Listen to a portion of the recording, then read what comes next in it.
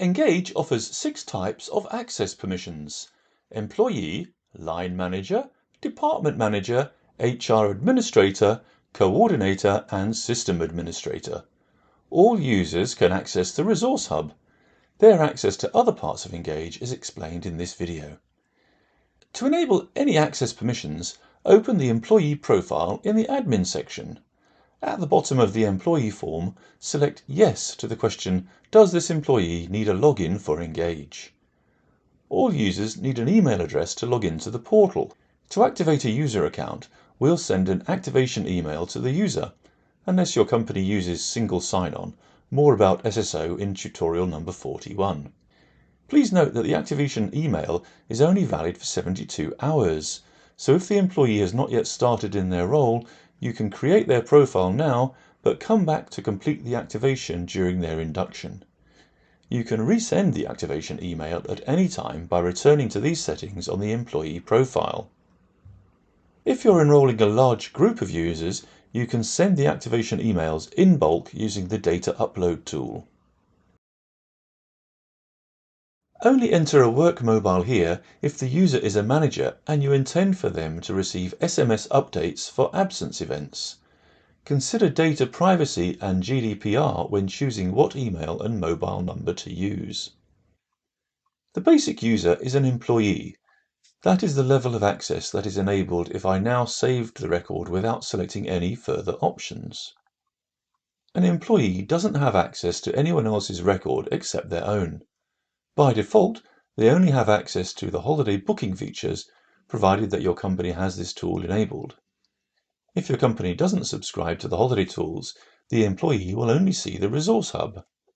If you want the employee to be able to view their absence record or to register a new absence, you should give them absence data access. This option can be used to comply with a Subject Access Request, or SAR, in line with the GDPR. By default, the most commonly used permission, Line Manager, is enabled here. For an SAR, you'll want to untick the Line Manager box. At this level of access, the employee will be able to view their own record and all meeting notes, but they won't be able to delete or edit any of the entries on their record. They will have the ability to submit a new absence and to add a comment to an existing absence record. Any entry made by the employee will be time-stamped and clearly marked with their name. The next level up from employee is the line manager. A line manager can be assigned as a direct supervisor to one or several individual employees. To create these relationships, save the line manager's profile with the line manager access enabled. This adds the user to the line manager drop-down menus and means you can create tasks and alerts for them. We'll come back to assigning direct reports to a line manager later in this video. A line manager can only see the absence and holiday records of their direct reports and generate absence reports for their own team. In other words, if the line manager is not allocated any direct reports, they will not have access to data even when this option is enabled. The next option is Departmental Manager. This is for more senior managers who might not have a direct line managerial responsibility for everyone, but who need access to full departmental data. The same user can be both a line manager to some individuals and a departmental manager. The department access is granted for all departments or restricted to specific sites or teams in your organization tree. A departmental manager can access absence, holidays, and reports as per your company subscription. Next, we have the HR administrator permission.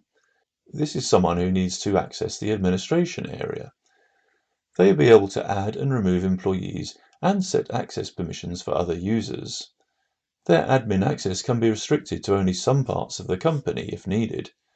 An administrator has access to the absence and holidays section for the purpose of amending records or deleting absence where necessary. If your user also needs to run reports, make sure to enable the departmental manager permissions too. A coordinator is someone who needs to be able to receive absence alerts by email or SMS, but who should not have access to absence records online. By enabling the coordinator permission, the user's name will appear in the trigger settings area as a possible alert recipient, but they will not be able to view any absence records or reports in the online portal. This option is only relevant if none of the above apply. If you have selected any of the previous options, you don't need to enable the coordinator permission because it's automatically included in Line Manager, Department Manager, and HR Administrator roles. Absence records are classed as special category data, so if access is not necessary for this person to fulfill their tasks, you should disable the absence data access. This leaves you with the System Administrator option. A System Administrator only has access to the Administration tab.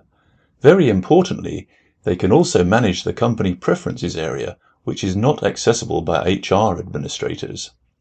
If you'd like your HR admins to have the ability to amend the company-wide configuration, you can add the System Admin permission to their role.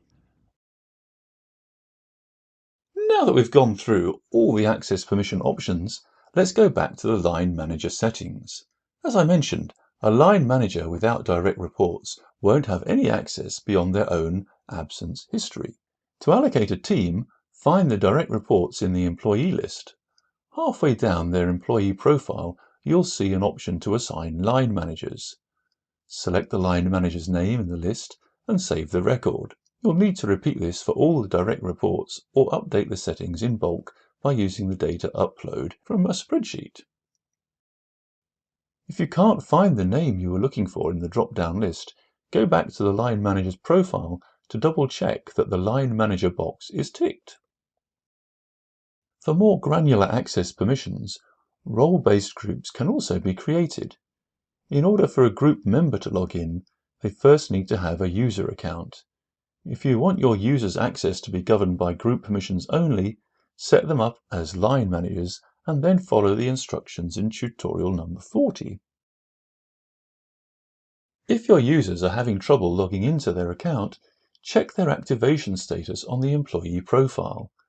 If it is a brand new account, you'll see an option to send the activation email out for the first time. If the user has not yet clicked on their activation link, you'll have the option to resend the email. If the user has successfully activated their account, the message will say, "Online access already activated." In that case, you should guide them to use the Reset Password field on the login page to choose a new password and regain entry to the site. Remember that you can revoke or change the access permissions on the employee profile at any time. To completely revoke access to any part of the system, set the login requirement back to No. This will remove the user's access and their email address and block them from logging in. When an employee is made a leaver, their access is automatically revoked. It's a good idea to audit your company access permissions from time to time. You can do this audit by exporting the User Permissions report from the Reports section under Admin Reports. This will show you all active employees and what level of access they have.